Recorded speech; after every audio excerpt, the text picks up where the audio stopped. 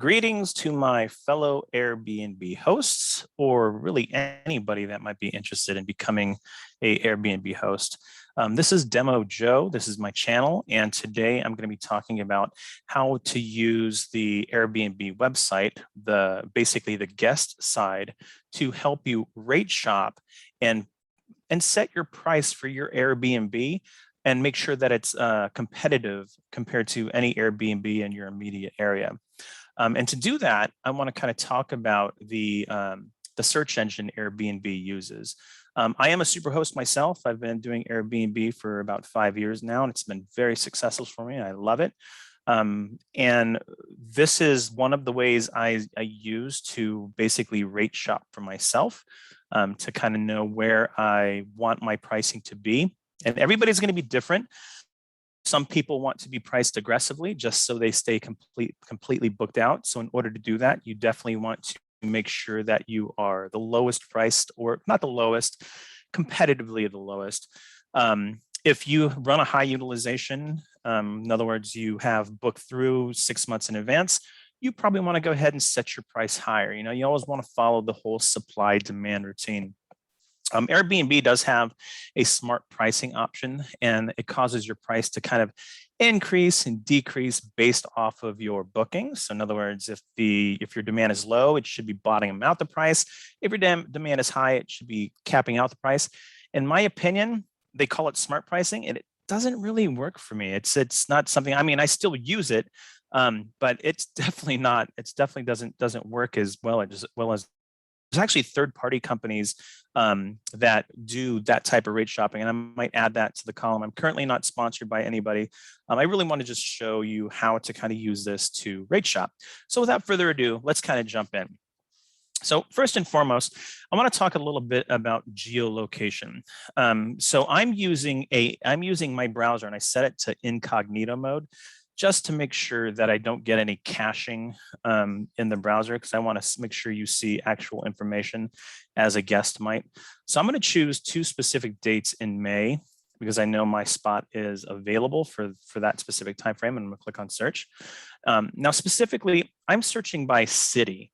People are going to search many different ways, especially with a specific location. They might search by city, they might search by zip code, but I'm searching by city to begin with. And I want to talk about that a bit because I think it's really important. Every time when you search by city, behind the scenes in the code, the map that you see here, there is actually an invisible, you don't really see it, but there's a geo pin that gets dropped. And the geo pin for St. Petersburg is probably right here in this vicinity. To kind of show you what I'm talking about, if I jump over here to Google Maps and I search for St. Petersburg. So this is the St. Petersburg vicinity where you see these red lines. But if I were to click on directions, and I would say, you know, take me from St. Petersburg to Clearwater, the system is actually going to drop pins, because, you know, to get to destination, you have to have a starting and ending point. So those pins are actually the pinpoint spots, or the geolocation of where the map system tells you where St. Petersburg starts, right? So that is right here for this map. Now, the reason why that's important is because when I search by geolocation based off of a city, the listing that I get on the left is going to be based off of, to begin with, what is the lowest price that's closest to that location. Other things are coming into play with that listing because of these filters here. Now, none of these filters are turned on by default, but people can interact with them. So we'll talk about those just in a little bit. Let's talk about geolocation. So what I mean by geolocation is when I search by city, it's going to give me listings based on prices, high to low. There's other things that are factored in here, but it does start with price. I think with information also, but let's just talk about price to start with. So this $57 is closest to that pin. So if we hover over here on 76, it comes all the way out. That's actually outside of St. Pete Beach, technically, but this is still saying St. Pete on the listing. This $47, so this is where it becomes interesting, right? So if I hover over the 47 is closer to the pin than 76. So it kind of begs the question, why the heck is 76 all the way there versus 47? The answer to the question is information. So how much information is in the listing? So first off, we have 57, which is definitely the closest to the pin. But then we have these two, which are priced aggressively. They're kind of similar, but this one is way out of bounds compared to this 47, but it's coming before this one. So the difference is if I click on this Sunset Beach condo and kind of look at their photos, for example, the number of photos they have goes on for days. Looks like a beautiful place. Compared to the $47 night, they have a handful of photos. They actually have more photos than I do. So with that being said, photos are making a difference here. Notice the superhost. Now, when we talk about this search engine optimization, you might get a lot of people talk about, well, instant booking makes a difference. They actually probably sound like that in real life. Instant booking does make a difference, but not to begin with, right? Because I just navigated to the only search criteria I entered was the city. So there are these filters. Instant booking can affect it, but only if someone turns that filter on. It's off by default. So with that being said, if you want to use instant booking, if you want to turn that on or off, it doesn't really affect your listing to begin with. What we know affects the listing is the geo distance and information. How much information is in your listing, how many photos you have. So if you really want to optimize, you really want to go out and get crazy with those photos, chances are you're going to be put ahead than, you know, the next Joe Schmo that has a lower rate with barely any photos. But let's digress back to the whole geolocation topic, because I want to show you how this works. So my listing is right here, this little quaint place here. I'm a super host. I got the 4.2 reviews. So let's look at how someone else might search. So my place technically is in the peninsula of St. Petersburg, but it really isn't in St. Petersburg. I'm in a little area called Pinellas Park, which is probably about 17 miles out of St. Pete. So if I were to search by my zip code, for example, here's Pinellas Park. I'm going to select it and click on search. I will be actually the first listing because I'm the closest, cheapest to that geo pin that dropped. So in other words, if we were to do that Google search on Pinellas Park, you'd see that pin in that specific area. And my $50 a night is cheaper than that. So let's talk about instant booking. Instant booking, if you're new to Airbnb, I'm probably going to make a different video that talks a little bit about booking, but this is one that people might interact with, especially when they start calling and making reservations, because I have instant book turned off. So people might turn instant book off later on, and then that's going to affect the listings. So if I turn instant book on, so in other words, show me only locations that offer instant booking, my location disappears altogether, doesn't even list, and then it starts going on the listing. And again, if you notice this 123 above the 52, again, that's about the location, right? Which one's closer, which one has the most images, etc. We're talking about superhost, etc. So when people start saying, well, instant booking, you have to have that, you really don't, because it only affects you when people kind of turn that on. But with that being said, let's talk about how to kind of rate shop. How do I personally use this system to rate shop and make sure that I'm priced aggressively? The most important rule is to make sure you're comparing apples to apples. So what I mean by that, my location has a kitchen. So when I do a comparison, I want to do kitchen. It doesn't mean you have to go through and click all of these things, to be honest with you. Some of them is kind of given, right? You know, like AC, we're in Florida, everybody's gonna have air conditioning, but maybe, you know, if you want to check it, it's up to you. Like facilities, like if my place had a gym, definitely include that in there, right? Because that is really going to be, that's something that's not normal. I have a property that has a pool. I don't advertise it because it attracts like strange people, partiers, honeymooners. I don't want those people as guests. So I don't advertise I have a pool. When I get guests here, I surprise them with a pool, right? So I don't check that. The only thing I'm really going to check here is kitchen. And I'm also going to check, so property type. I'm going to do apartment because that's how I have it listed. because it has a private entry. So I'm going to go ahead and show 266 days. So now you kind of see like I'm priced the most aggressive as closest to that Pinellas Park GeoPin. Other things that come into effect here. So if I'm shopping, I can take a look at this map. And the map is really funny too, because when we're talking about geolocation, right now the geolocation affects what's entered here. The second I move this map, so if you notice in the upper left-hand corner where it says Pinellas Park at the top middle screen, if I move this map and zoom in, for example, that Pinellas Park is going to go away because I've activated the map area. So zero geolocator. It's based just on vicinity now. It's not based on a pinpointed area. So if people manipulate that map, geolocation goes out the window, and now it gets even better for us, right? Because now we're going to be priced on price and information and just goodness. So this is going to let my place come up first. But when it comes to rate shopping, this can easily tell me how I'm priced.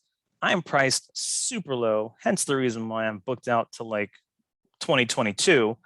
But I can increase my price. I'm not going to, because like I said, I use this as a secondary, maybe even a thirdary income, if thirdary is a word. But I'm going to leave it there just because I like my guests. I'm making money. It's residual income. It's helping me out. But if I wanted to, I can easily increase this up to 65, even 69 to compete with this little dude here. Let's take a look at this guy. Entire rental unit. Let's look at their photos. So they don't have a lot of photos. They can optimize on that a bit if they wanted to. Yeah, this is a nice little place with some reviews, 160 reviews. So they're definitely my competitor. This is who I'm really in direct competition to, right? We're neither of us are by the water. I'm more centrally located. So I could increase my price up to 65 and still stay very competitive and book through, because all these other guys are by the water. These are really not the people I'm competing with. So I can probably be asking more like 60, 65, etc. And when we look at her $69 rate, where is it? 69 right here. So she's asking a lot more. This is the reason why she's lower than I am, is because of that total there. Her security fee is probably, her cleaning fee is a lot higher than mine. So things like that come into play.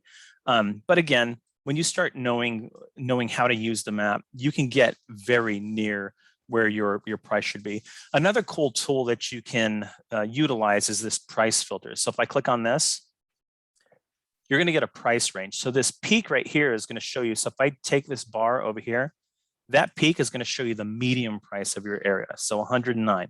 So medium meaning if you're on the left side of the medium, you're priced aggressively. If you're on the right side of the medium, you're priced based on your, right? It's supply and demand. If you're priced on the right, this is where you're going to really start pushing the envelope on being the last one to book. So if I had a beach property and I would want to get really aggressive, 109 is probably where I'd want to be to like really book through.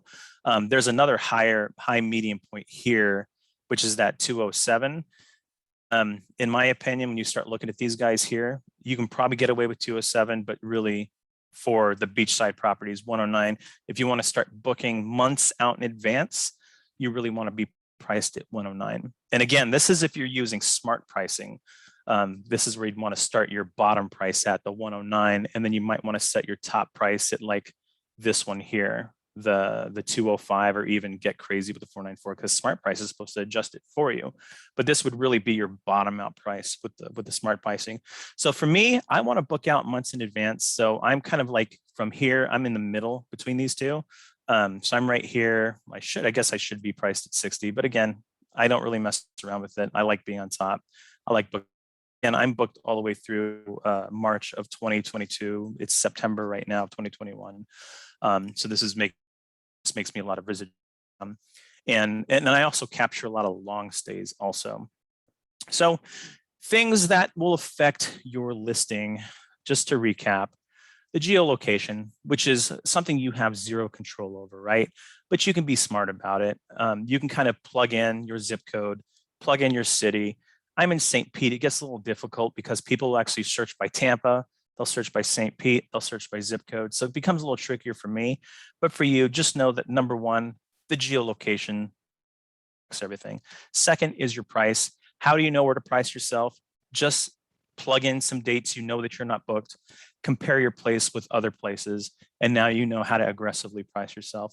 Second, make sure when you're rate shopping that you're matching filters, comparing apples to apples. You never want to compare your place with a place that doesn't have the same amenities. That's where you're going to really start losing out and losing focus of your property. You want to make sure you're getting your bang for your buck. So make sure you're comparing exactly what you have with your competition. Free cancellation. If you offer free cancellation, guess what? You go higher than people that don't offer free cancellation because it makes Airbnb the most money, because people will turn this on and want to talk about free cancellation. So this will affect your placement. Instant book is a funny creature.